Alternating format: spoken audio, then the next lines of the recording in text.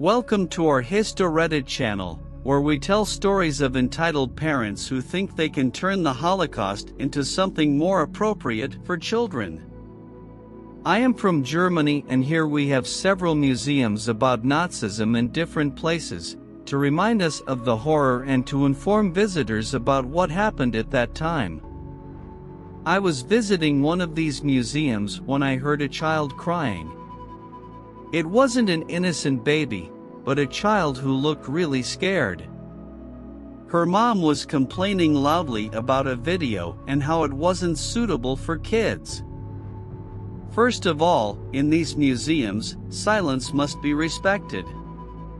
Secondly, they are not made for children. They show terrible and raw images that reveal a brutal truth and leave many adults speechless.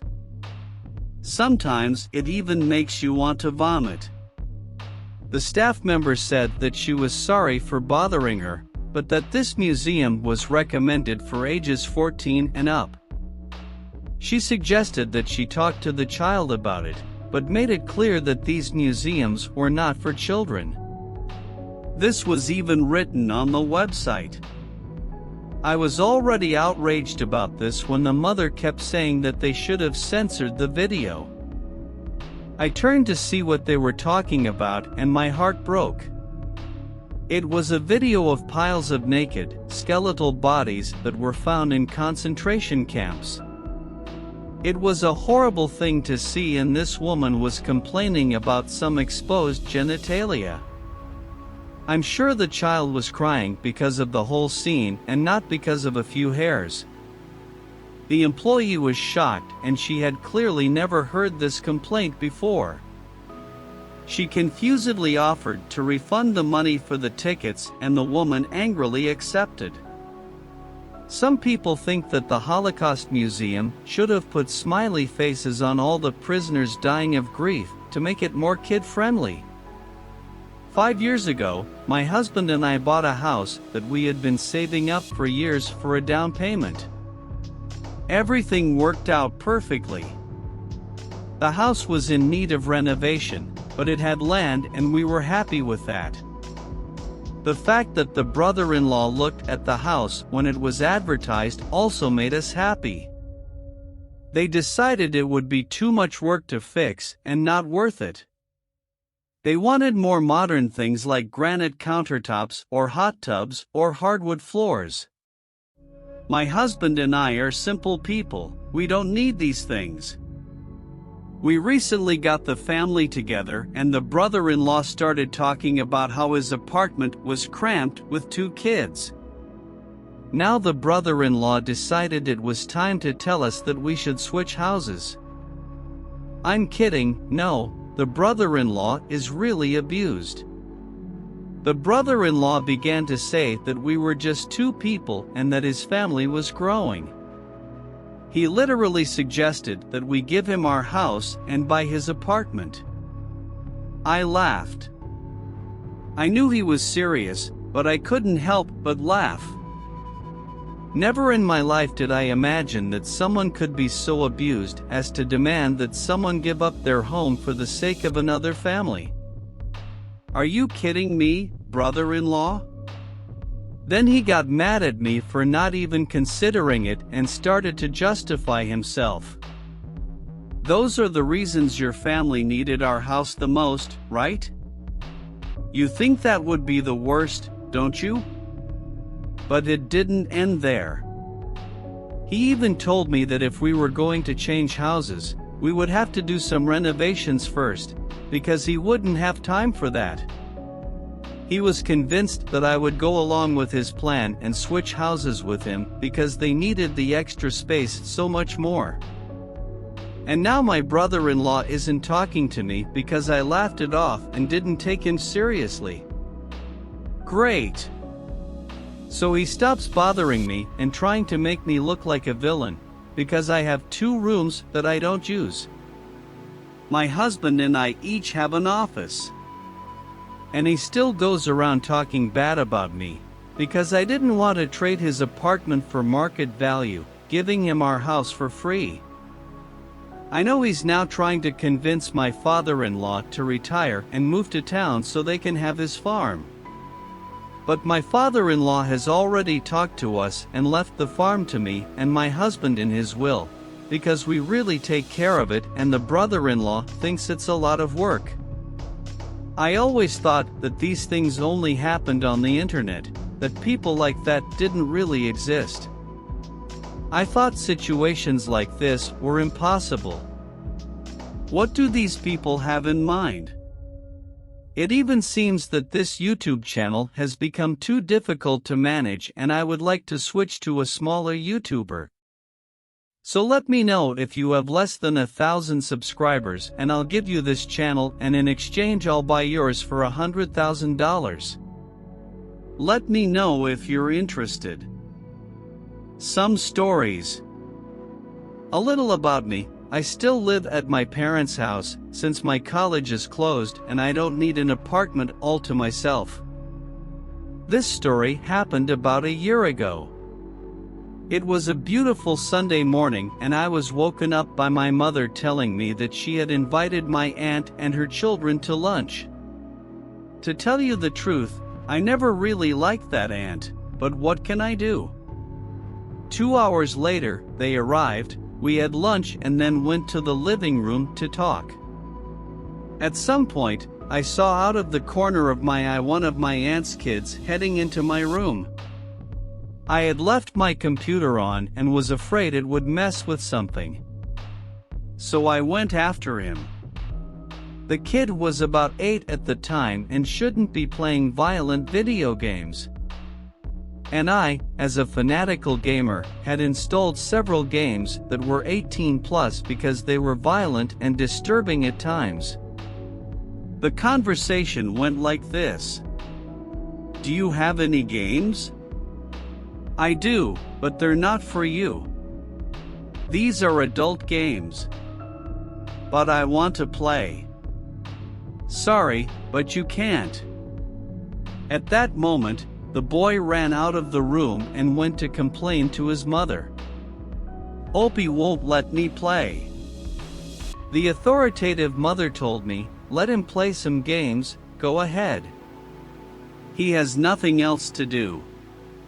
The games I have on my computer are not for its age. They are violent and disturbing at times. But my son wants to play. Can you let him play?" "Sorry, but these games are not for your child." "Excuse me, we're guests, and you have to do as we say. Let him play some games." At that point, I got really annoyed and, thinking back, I should have opened a kids' games website and let him have fun.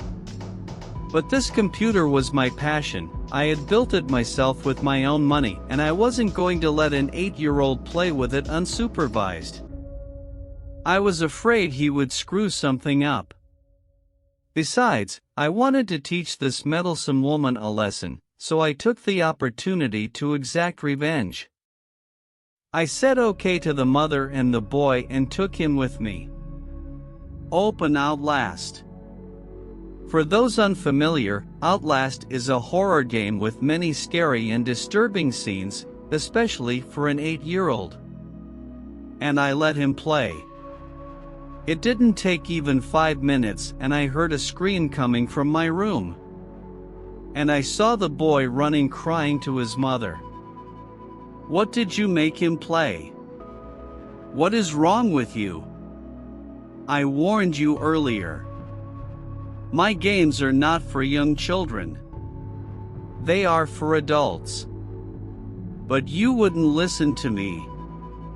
The mother took her children, who were still crying, and left the house. After I told my mother what I had done, she laughed out loud. Learn to respect people when they warn you. I'll start off by saying that I'm 36 weeks pregnant and it's very clear that I'm expecting a baby. I am very uncomfortable, tired, and moody. I'm now in my favorite coffee shop, sitting with my blessed coffee, which had to be remade because an unknown grandmother decided that, because I was pregnant, I couldn't have caffeine. The whole story is this: I ordered the coffee, just a large cold cup, no big deal. And I waited at the counter until the barista called me over and handed me the drink. I went to get my cup and Grandma said, "You cannot take this." I didn't even realize that she was talking to me, and I continued reaching for my glass. "You cannot take this. You are pregnant. It's a cafe." "All right, there's no problem." "No, you cannot take it. You cannot." She took the glass from my hand and threw it in the trash by the counter. "You cannot be serious." "It's okay, my doctor even said it's okay. I drink a cup a day, that's all. Please leave me alone." I'm looking at the barista, asking for help with my eyes. "I'll get another one when you're done." The barista hands me my glass right in my hand, and this crazy woman tries to take it away from me again. So I yelled at her to stop coming near me. I did scream, really loud. And even now I'm kind of shaking for having done it. "Please leave me alone. You're making me uncomfortable and I don't want you that close." She was speechless and left. The barista got me another drink and apologized for the inconvenience. But how can anyone think it's right? So a pregnant woman drinking coffee is unacceptable, but is pestering and stealing from a pregnant woman normal? After so much time reading these stories and thinking they weren't real, I lived one today. A little about me: I am a cooking teacher. Fast forward to Friday, and the following conversation took place in my third-hour class. This student told me, "Teacher, why did you give me an F?" "Because you turned in 3 out of 27 papers. But I have a game this weekend and now you've made me ineligible. I am really sorry about that. Maybe you should turn in more assignments. Can't I wash some dishes or something?" "No, kid. Get out." This is a common conversation for a teacher during sports season. I didn't think much of it until this morning. I checked my email and saw this subject: concerned about my son's grade. The original email was rather polite: "Why is my child failing, etc." So I replied to the mother with the same answer I gave to her son. And then things got serious.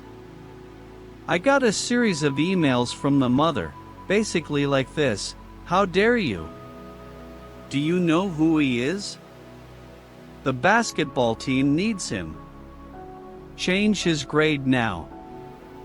I replied, "No, I can set up a meeting with the coach and the director if you want." She said, "No, you're just the cooking teacher. Do as I say. Change his note. It's not like he's going to need what you teach anyway." I said, "Sorry, I can help him after school with homework if he wants to, but I'm not going to change his grade without work." She said, "Listen, change his grade now or we're going to tell everyone you're trying to sexually abuse him." It was at that point that she must have realized her huge mistake. That was my school email, and they are all archived and can be viewed by the public with a simple request. Because before I could respond to that one, I got this, and just so you know, my husband is a professional government hacker and these emails will be gone in minutes. Change the grade or get ready. So I grabbed my pile of printed emails and took them to the boss a few minutes ago. I can't wait to see what happens next. This was posted about a week ago, and recently Opie added an update. So I feel like I'm living in a movie after school. I got the expected call from the admin for a meeting. Most of that meeting took place without me, but basically they called the guy and asked straight out if I'd ever sexually abused him or harassed him in any way. The boy said no, that I would never do any of that.